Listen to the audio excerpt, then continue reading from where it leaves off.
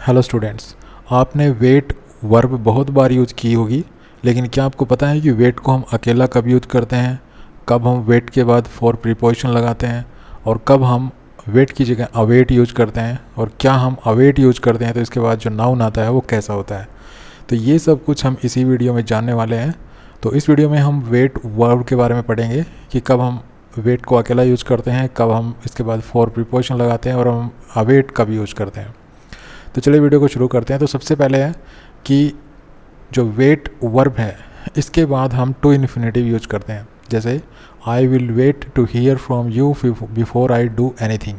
अब आप देख रहे हैं यहाँ पे कि आई विल वेट, कि वेट वर्ब के बाद यहाँ पे टू हियर इन्फिनेटिव यूज किया गया है। तो आप वेट वर्ब के बाद आप टू इन्फिनेटिव यूज कर सकते हैं।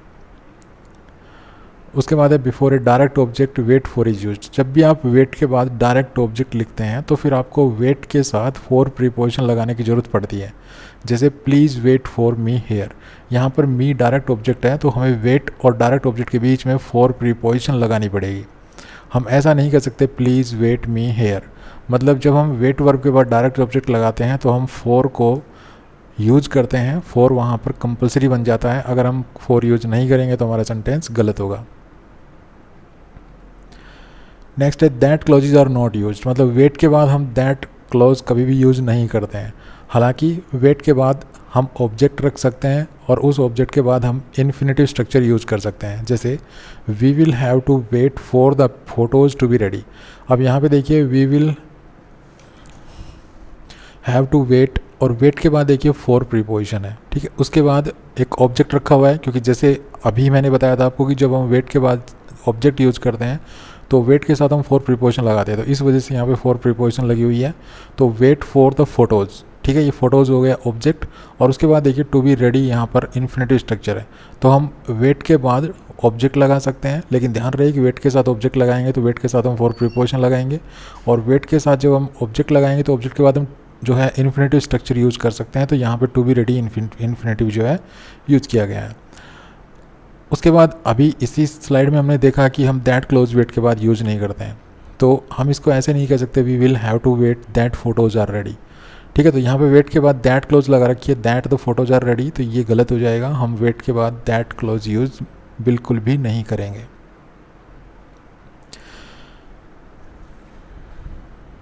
उसके बाद है जब हम वेट के बाद टाइम एक्सप्रेशन लिखते हैं तो हम फॉर को ड्रॉप कर देते हैं, हम फॉर यूज नहीं करते हैं। तो एग्जाम्पल देखिए I waited for a very long time for her answer. अगर हम यहाँ पे फॉर लगाएंगे तो गलत हो जाएगा, ठीक है, क्योंकि ए वेरी लॉन्ग टाइम ये टाइम एक्सप्रेशन है। तो इसके तो हम जो वेट के बाद जो फॉर प्रीपोजिशन लगाते हैं वो हम नहीं लगाएंगे। अब यहाँ पे हम यहाँ पे फॉर को ड्रॉप करके चलेंगे। तो इस प्रकार जो वेट के बाद हम टाइम एक्सप्रेशन यूज़ करते हैं तो हम इस जो फॉर प्रीपोजिशन है उसका यूज़ नहीं करते हैं। उसके बाद आता है अवेट वर्ब, जो एक वर्ड होता है अवेट। तो ये भी एक वर्ब होती है, ट्रांजिटिव वर्ब होती है, और ये इसका यूज़ भी काफ़ी फॉर्मल माना जाता है। और जब हम अवेट का यूज़ करते हैं तो हम इसके साथ कोई फॉर प्रीपोजिशन नहीं लगाते हैं, और इसके बाद जो ऑब्जेक्ट होता है, ध्यान रहे, जब हम वेट वर्ब का यूज़ करते हैं और वेट के बाद जब हम ऑब्जेक्ट रखते हैं तो वेट के साथ हम फॉर प्रीपोजिशन लगाते हैं। लेकिन अगर हम अवेट वर्ब यूज़ करते हैं तो इसके बाद अगर हम ऑब्जेक्ट लगाएं, अवेट के बाद ऑब्जेक्ट लगाएं, तो फिर हम फॉर प्रीपोजिशन नहीं लगाते हैं। इस चीज़ को माइंड में रखना है। और अवेट वर्ब के बाद जो नाउन रखते हैं ऑब्जेक्ट के रूप में वो ज़्यादातर एब्स्ट्रैक्ट नाउन होता है, ठीक है। तो ये देखिए we are still awaiting instructions. अब यहाँ पे अवेटिंग वर्ब है और इसके साथ ऑब्जेक्ट लिखा हुआ है इंस्ट्रक्शंस, लेकिन फिर भी अवेट के साथ कोई फॉर प्रीपोजिशन नहीं है यहाँ पे, ठीक है। लेकिन अवेट के बाद अगर ऑब्जेक्ट लिखते हैं तो वहाँ फिर हम फॉर प्रीपोजिशन यूज़ करते हैं। और दूसरा, अवेट के बाद जो हमने ऑब्जेक्ट के तौर पर जो नाउन यूज़ किया है इंस्ट्रक्शंस, तो ये इंस्ट्रक्शन एक एब्स्ट्रैक्ट नाउन है।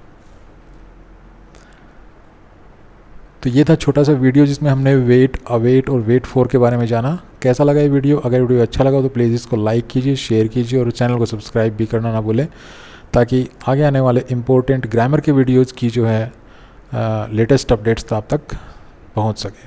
Thanks for watching this video. Happy learning. Bye bye.